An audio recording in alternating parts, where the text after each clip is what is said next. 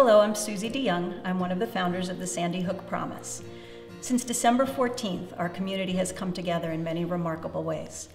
We all hope to be a community that comes out resilient and influences positive change. These videos are one effort among many to get out helpful information. There will be a series of 5, and this is the first. I'm joined by Dr. John Woodall. John Woodall is a board-certified psychiatrist who lives in Newtown. He is formerly of the faculty of Harvard Medical School and is the founder and director of the Unity Project, a resilience building program helping thousands of children in New York after 9/11, New Orleans and Mississippi after Hurricane Katrina, former child soldiers in Uganda, and now at Newtown High School. In Dr. Woodall's experience, the greatest strengths have come out of the greatest crises. This series is about how to find those strengths, those gems. Dr. Woodall will discuss the skills that are needed to nurture and mine and refine those gems. The videos are a beginning to a Sandy Hook Promise public presentation with Dr. Woodall on April 11th, followed by resilience skill building workshops with Dr. Woodall. Welcome. Thanks, Suzy. I've heard a lot around town, folks saying they want to move on, that get back to normal, that they're tired and saddened by all the reminders of December 14th. Yeah, it is tiring. And I think we're entering the exhaustion phase of this whole response. Everyone feels it. And it's exhausting, the constant reminders. I think in a way it is debilitating and exhausting if all of that pain isn't moving us towards something. So in that way, I really agree with the folks who say that. But it's very important that we get the strengths that this suffering has embedded within it. And so that's really what this series is about, to make sure that we suffer successfully, that we get out of this what we really need so that we can fulfill that vision you were talking about, that being a more resilient community, more resilient families. Can you give us an overview of the response to trauma? How can that be turned into resilience and strength? Yeah, it's a big topic, and on these videos we'll try to just give an overview so that we can get more information out in more detail in other ways. But if everybody's heard of the fight or flight response, and if you haven't, I'll just go over it kind of quickly. Whenever we're threatened by something that threatens our integrity, our life, our safety, we have an automatic mechanism that kicks in. You've heard stories of little old ladies picking up cars to pull a kid out when they're, in an emergency like that. Their adrenaline is running once they see this crisis, and the adrenaline kicks in a survival response. And that survival response leads us to have one of 2 emotions, either fear or anger. These are kind of lenses that focus all of our attention on how to survive. The fear makes you focus on a threat. The anger makes you focus on a threat. And so what happens is then you go into a response that helps you diminish that threat, right? The problem is with a situation like what we're all experiencing is the constant reminders and the constant kind of process of grieving puts us in a situation where we're always kind of what psychiatrists call a hyper-aroused state, where we're always in the state of excessive adrenaline. So that means everything looks a little threatening to us. We're a little bit nervous all the time, or our wife or our husband says something and we're a little more snappy and grumpy than we would otherwise be, or somebody says something at work and we're cranky.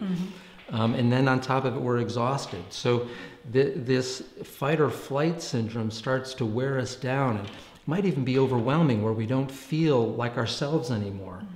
And that's one of the things that I'm worried about, and one of the reasons I'm so grateful for this series is one of the things we start to see when you have this long-term adrenaline running, or with this long-term fight or flight syndrome running, is that you almost become a stranger to yourself. You're angry at people you don't want to be angry at, or you say things you didn't mean to say, you overreact to things that you didn't mean. Things get dug up in relationships again that you thought you had put to bed, and you start to lose kind of hope and confidence in yourself and in your relationships, and then you become more isolated and sort of falling into yourself, and that's the beginning of a lot of problems. So we wanted to be able to talk about that process and say, it's normal to feel angry, it's normal to feel fearful, it's normal to feel kind of isolated, but when you see those things, it requires a choice on your part. We have to make another choice. If you don't mind, I'm just going to elaborate on that a little bit. A lot of the work that I did at Harvard and the things I wrote about have to do with what happens after the fight or flight response. And not to sound too much like a lecture, although I am giving a little lecture. Let's take that fear track for a little bit.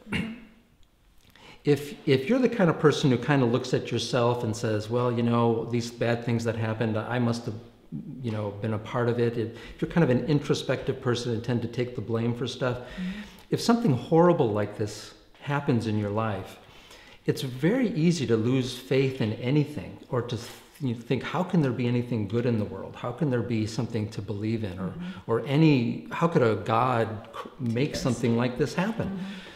So when you lose that sense of vision, and you lose your sense of who you are because you're being grumpy and you're being isolated and you're being angry, if you lose a sense of a vision and a sense of who you are, you lose the motivation to make your life move forward.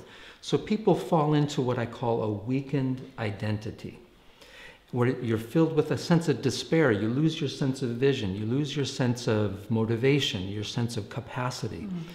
And I'm particularly worried about that in kids, but we'll talk about that in subsequent films. But this is not a healthy place to be in. It's very isolating. Now, if you take the other track, folks who kind of respond more angrily, they kind of act out when something bad happens. They don't think, what did I do when something bad happens? They think, what did you do to me?